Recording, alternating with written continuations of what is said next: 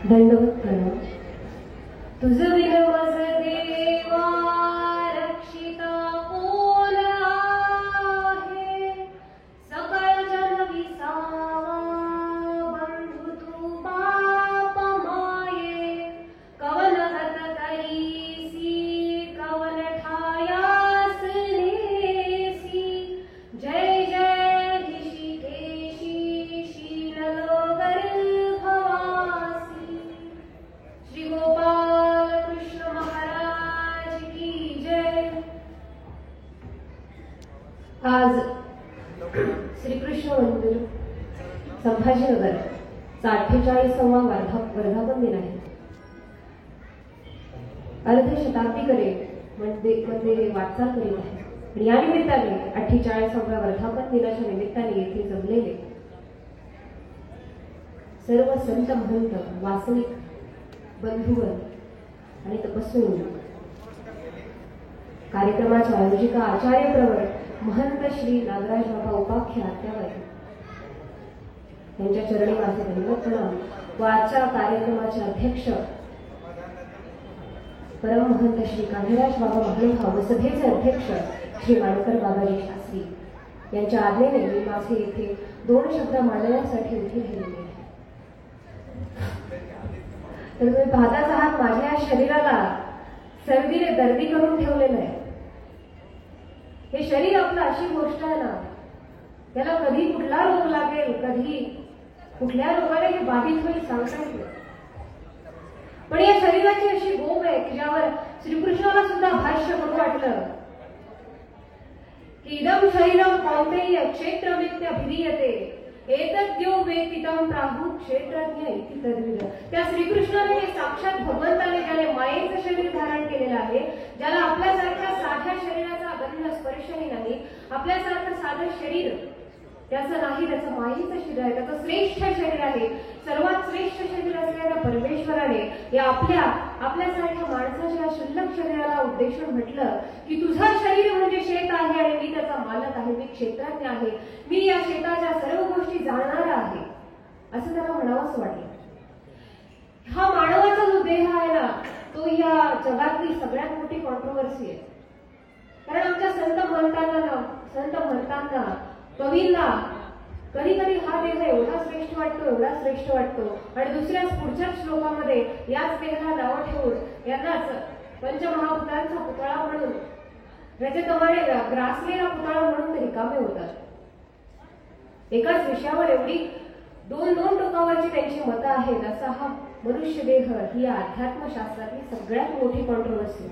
मग तो चांगला की वाईट हे कोण ठरवणार? जसा चाकू असतो, चाकू दुधारी शस्त्र आहे. दुधारी म्हणजे दोन्ही प्रकारे वापरता येतं. त्याला आपण भाज्या कापण्यासाठी पण वापरू शकतो आणि त्याच चाकूला आपण कुणाचा घात करण्यासाठी, कुणाला वार करण्यासाठी, हिंसा करण्यासाठी पण वापरू शकतो. मग चाकू कसा वापरायचा हे कोणावर आहे? हे वापरकर्त्यावर आहे.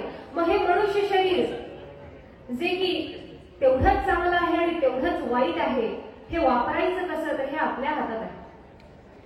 5 कर्मेंद्रिये, 5 ज्ञानेंद्रिये, पंचमहाभूते, 9 नाड्या आणि 4 चातुष्यांनी बनलेलं हे शरीर, याला सजणं, नटणं, धजणं, याने चांगलं दिसावं, या शरीराचा चांगला वास यावा, याने उठून दिसावं, सगळ्यांपेक्षा मी वेगळं दिसावं, यासाठी आपण सतत प्रयत्नशील असतो. पण या शरीराचा वापर काय व्हावा? एखादं फुल असतं, छोटं फुल असतं, दिसायला खूप सुंदर दिसतं, ते कधी सुकत नाही, पण त्या फुलाला वास नसतो.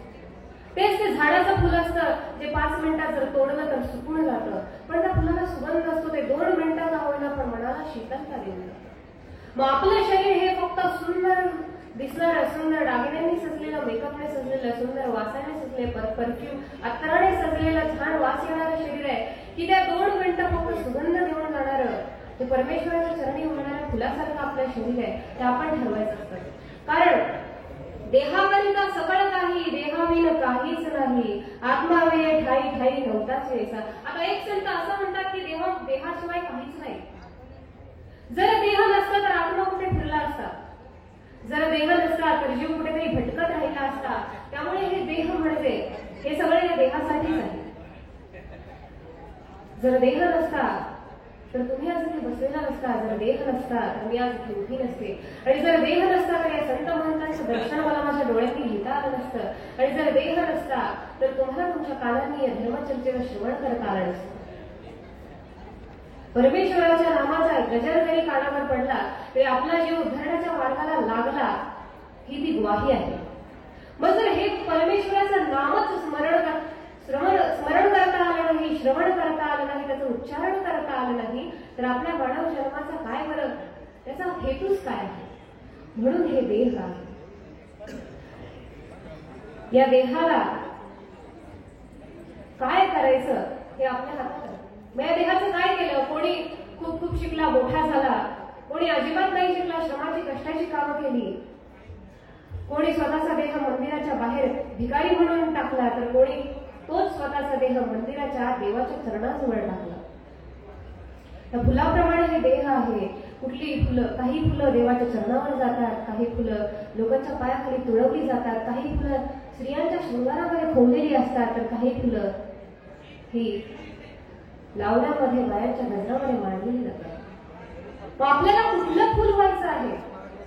आपला देह, आपला हा थोर थोर मनुष्य देह, ज्याला साक्षात श्री कृष्ण चक्रवर्तींनी सांगितलं की तू क्षेत्र आहे आणि मी क्षेत्रज्ञ आहे, तुझ्या शरीराचं काय करणार ते मी ठरवणार आहे. मग हा देह त्याच्या जीवावर सोपवून आपण रिकामं नाही व्हायला हवं. हे माझे शब्द हे अनुसरणाऱ्या साधने तपस्विनी किंवा संत महंतांसाठी नाही, तर जे वासनिक बंधू भगिनी गृहस्थ आहेत त्यांच्यासाठी आहे. बास की आता हे प्रौढ होऊन पण आपली दंड दीक्षा घेतल्या, त्यांचं आयुष्य मार्गे लागलं, तुमचं पण आयुष्य तुम्ही असंच मार्गे लावायला हवं. मंदिरात येत आहे, या मंदिरात आला आहात, सभेत बसला आहात, धर्मचर्चा श्रवण करत आहात, ही सगळ्यात मोठी गोष्ट आहे. आता तुम्ही कुठेतरी या आमच्या निवृत्तीच्या मार्गावर झुकत चाललेला आहात. आता प्रवृत्त बास झाला, आता निवृत्तीकडे तुम्ही आलं पाहिजे.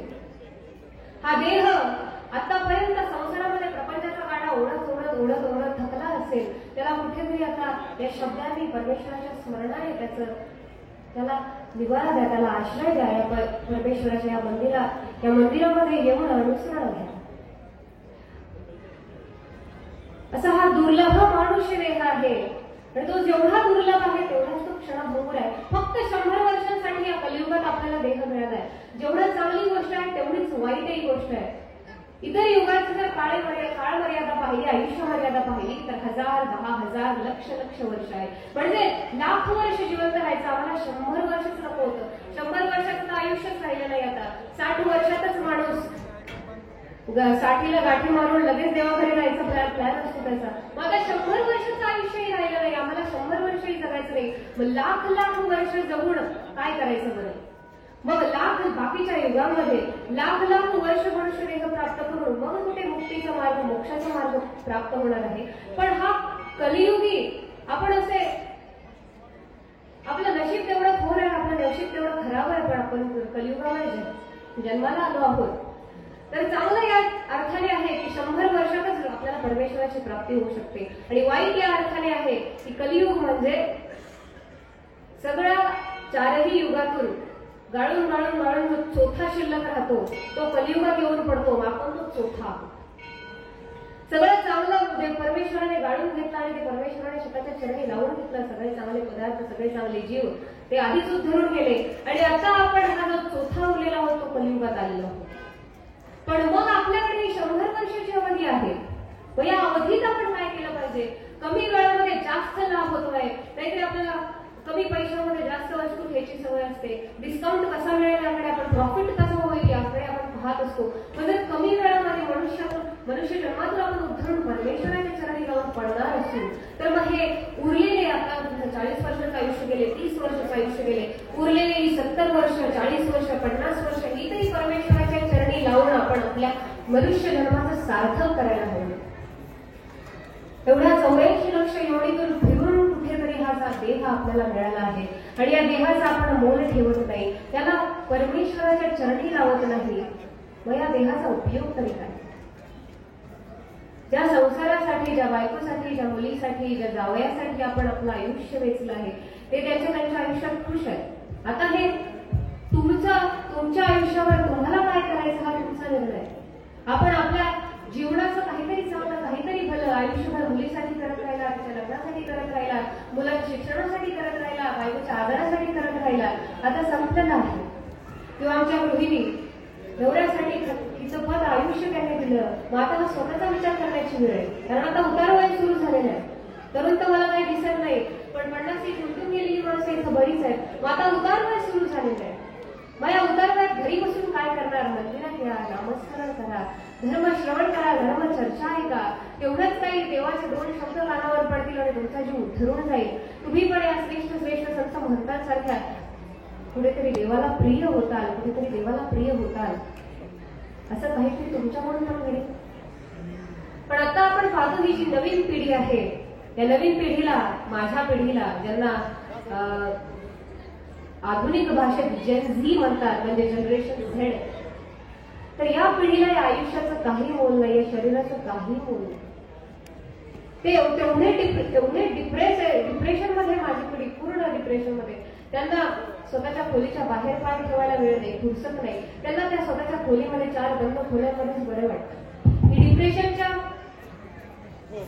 डिप्रेशनच्या गोत्यामध्ये अडकलेली ही नवीन पिढी आहे.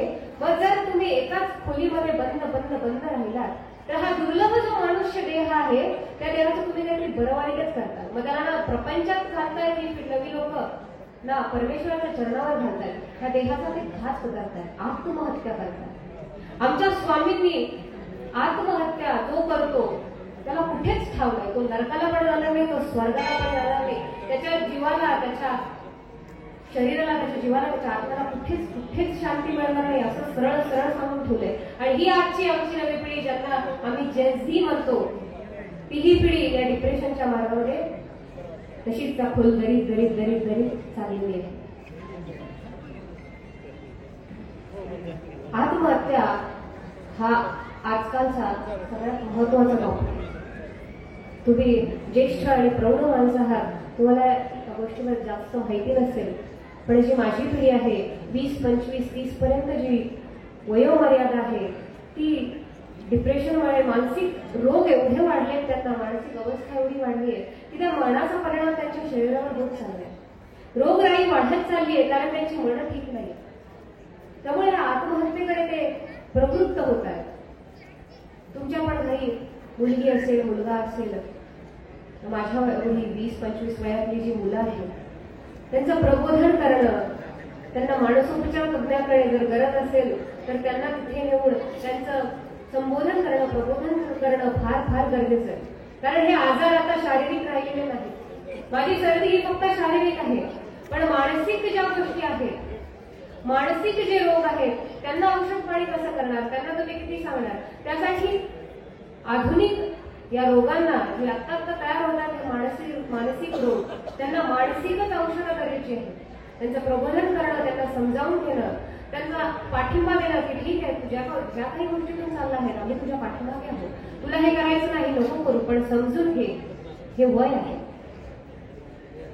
त्यामुळे या तरुण पिढीला आत्महत्येकडे जाण्यापासून आपण रोखलं पाहिजे.